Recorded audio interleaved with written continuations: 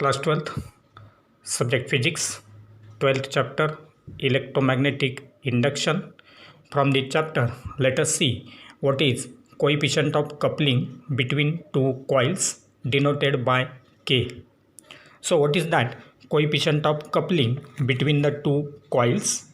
The coefficient of coupling K is the measure of the portion of magnetic flux that reaches to coil 2, which is in vicinity of coil 1.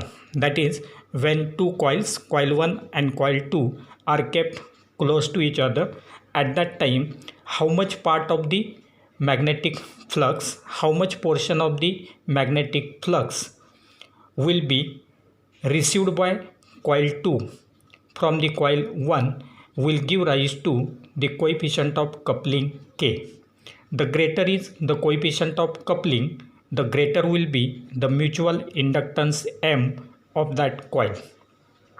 Then the inductance of any coil is proportional to the induced EMF. That is, the mutual inductance of any coil will be proportional to the induced EMF, and therefore we know that the mutual inductance M is proportional to E to 1. That will be the induced EMF in the second coil due to the first coil. The EMF E21, this EMF E21 is produced due to the portion of magnetic flux from coil 1 reaching to coil 2. So this E21 is the EMF induced in the coil 2 due to some portion of the magnetic flux reaching this coil 2 from coil 1. Let that portion is equal to K phi 1. K phi 1 will represent that portion of the magnetic flux reaching from coil 1 to coil 2. But the induced EMF, that is E21, is also proportional to the number of turns of the coil. This induced EMF is also proportional to the number of turns of the coil, and therefore we can write E21 is proportional to number of turns N2 into this induced EMF, that is magnetic flux reaching to coil 2, that is K phi 1, and therefore E21 is proportional to N2 K phi 1. So for both number of turns as well as the portion of the magnetic flux reaching to that coil 2 from coil 1, for both these factors this induced EMF E21 will be proportional, and therefore we have the relation, that is phi 1 is proportional to N1. Phi 1 is proportional to N1, that is magnetic flux of the coil 1 will be proportional to the number of turns of the coil N1. Magnetic flux linked with coil 1 is proportional to number of turns of that coil, that is N1. Therefore we can write E21 will be proportional to N2 Kn1. N2 Kn1. In place of this phi 1 we have written here Kn1 as it is, and therefore E21 will be proportional to N2 into Kn1. Similarly, we know that the self-inductance of the coil L is proportional to N square, that is square of the number of turns, or from this we can write, as L is proportional to N square, we can write N square proportional to L, and therefore taking square root we will get N proportional to root L. N proportional to root L.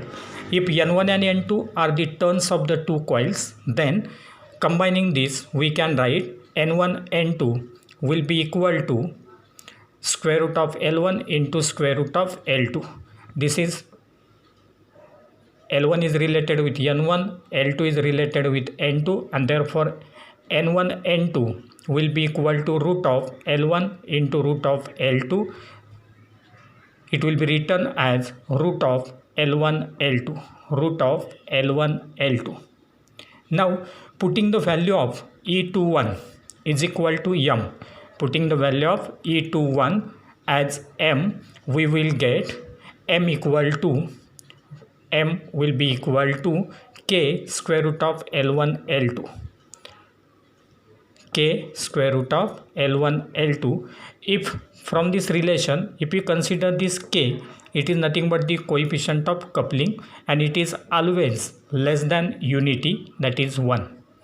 So if K is equal to 1, that is its maximum value, K is equal to 1, at that time M will be equal to square root of L1 L2, and in this case we can say that the two coils having inductances L1 and L2 will be perfectly coupled. These two coils will be perfectly coupled if K is equal to 1. Now let us see again some of the cases. As already stated, K is always less than unity. First case, if K is greater than 0.5. If K is greater than 0.5, then the two coils are said to be tightly coupled. If that value of K is greater than 0.5 but it will be less than 1, then the two coils are tightly coupled. Instead of that, second case, if K is less than 0.5, if K is less than 0.5, then the two coils are said to be loosely coupled. The two coils will be loosely coupled. Then third case, if the inductances L1 and L2 are the same, that is if L1 equal to L2 equal to suppose L, then in this case M will be written as mutual inductance. M will be equal to square root of L1 L2, square root of L1 L2, but L1 is equal to L, L2 is equal to L, and therefore it will be equal to square root of L square, that is equal to L. So if the two coils are having their self inductances same, that is L1 is equal to L2 is equal to L, at that time their mutual inductance will be equal to the self inductance L, that is M will be equal to L. And now let us see the next point, that is most important point, that is the transformer. The transformer is the device which works on the principle of mutual inductance. That means in its construction there must be two coils. And now what is actually the transformer? The transformer is a device which is used for changing the voltage of alternating current from low value to high value and vice versa. So this transformer will work with AC only, that is alternating current only, and it will change the voltage of alternating current from low value to high value and vice versa. That is, it will change the voltage of alternating current from low value to high value or from high value to low value. So in this case, the change in current will take place in one coil. Due to that, changing magnetic field will be produced around it. In that changing magnetic field, another coil will be present, and therefore as there is change in magnetic flux linked with that second coil, an EMF will be induced in that second coil. So this will be in short its working principle. Now let us consider its construction. So if you consider the construction of this transformer, then it consists of two coils, namely P and S. That is, P will represent primary coil having number of turns equal to NP. Then this will be the secondary coil, that is S, having number of turn equal to NS, which are insulated from each other. These two coils are insulated from each other and wound on a soft iron core. These two coils, primary and secondary coils, will be wound on this iron core, that is soft iron core. Then the primary coil is also called as, this primary coil is also called as input coil, and the secondary coil will be called as the output coil. So there are two coils, primary coil and secondary coil, or it will be named as input coil and output coil respectively. Then let us see the working of this transformer. So when an AC voltage is applied to primary coil, when AC voltage is applied to this primary coil, that is input coil, then the current through that coil changes sinusoidally, causing the similar changes in the magnetic flux through the core. As the conducting state is there, that is, as there is change in magnetic flux linked with the primary and secondary coil, due to that conducting current through the primary coil, as there is changing magnetic flux linked with the primary as well as secondary coils, the EMF will be produced in each coil.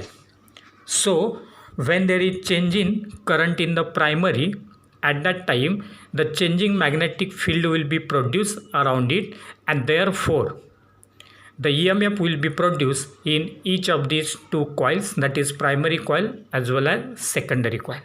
Now the magnetic flux linked with the coils will depend upon the number of turns of this coil, that is NP and NS will decide the portion of the magnetic field or the magnetic flux linked with these coils. And now let us see, let phi be the magnetic flux linked with both the coils at any instant of time t. So at any instant of time t, phi represents the magnetic flux linked with both primary as well as secondary coils. Then let NP represents the number of turns of the primary coil. NP represents number of turns of the primary coil. NS represents the number of turns of the secondary coil. NS is number of turns of the secondary coil. Then phi P, that is equal to NP phi, will represent the magnetic flux linked with the primary coil. So with this primary coil, magnetic flux link will be equal to NP phi, and then phi S equal to NS phi will represent the magnetic flux linked with the secondary coil. So with this secondary coil, NS phi will be the magnetic flux linked with that coil. Now the induced EMF in primary and secondary coil is, due to that magnetic flux, the EMF will be induced in primary and secondary coils, and therefore that induced EMF in primary and secondary coils will be given as, in primary, EP equal to, where EP is the EMF induced in the primary coil, will be equal to, according to Faraday's law, minus d phi p by dt, minus d phi p by dt, that will be equal to, but phi p we know that it is NP phi, and therefore putting here we can write minus NP d phi by dt. So this will be value of EP. Similarly for secondary coil, EMF induced ES will be equal to minus d phi s by dt, that will be equal to minus NS d phi by dt, because here phi s is equal to NS phi, and therefore we will get as ES equal to minus NS d phi by dt. Now taking the ratio, that is ES upon EP, this ES will be divided by this EP, we will get minus NS d phi by dt upon minus NP d phi by dt. Minus minus will become plus, d phi by dt will get cancelled with this d phi by dt, and we will get NS upon NP. Therefore, we can write ES upon EP equal to NS upon NP. Equation number 1. This equation represents the turn ratio of the transformer. NS upon NP equal to ES upon EP represents the turn ratio of the transformer, and depending upon this turn ratio, the type of the transformer will be chosen. So ES upon EP equal to NS upon NP will decide the type of the transformer. Now, if you consider any ideal transformer, then for an ideal transformer, input power is equal to output power. The transformer is said to be ideal if its input power is equal to output power. And therefore, it will be given as EPIP equal to ESIS. According to Ohm's law, phi is equal to IR. From this, power is equal to P is equal to phi into I. Phi into I, that is EP into IP, that will be equal to ESIS. And therefore, ES upon EP will be equal to IP upon IS. ES upon EP equal to IP upon IS as equation number 2. So from equation 1, ES upon EP equal to NS upon NP. From equation 2, ES upon EP equal to IP upon IS, and therefore combining these from equation 1 and 2 we can write ES upon EP equal to NS upon NP equal to IP upon IS, equation number 3. Now let us consider two more cases. First case, when NS is greater than NP, that is number of turns of the secondary is greater than number of turns of the primary. At that time, ES will be greater than EP and IP will be greater than IS. At that time, as NS is greater than NP, the transformer is said to be step-up transformer. It will be step-up transformer because here ES is greater than EP, that is EMF induced in the secondary will be larger as compared with the primary. Now let us consider second case, when NS is less than NP. When NS is less than NP, ES will be less than EP and IP will be less than IS. At that time, the transformer is said to be step down transformer. That is, in this case, EMF of the secondary is less than EMF of the primary. So in the first case, low voltage will be changed into high voltage, and in the second case, high voltage will be changed in low voltage.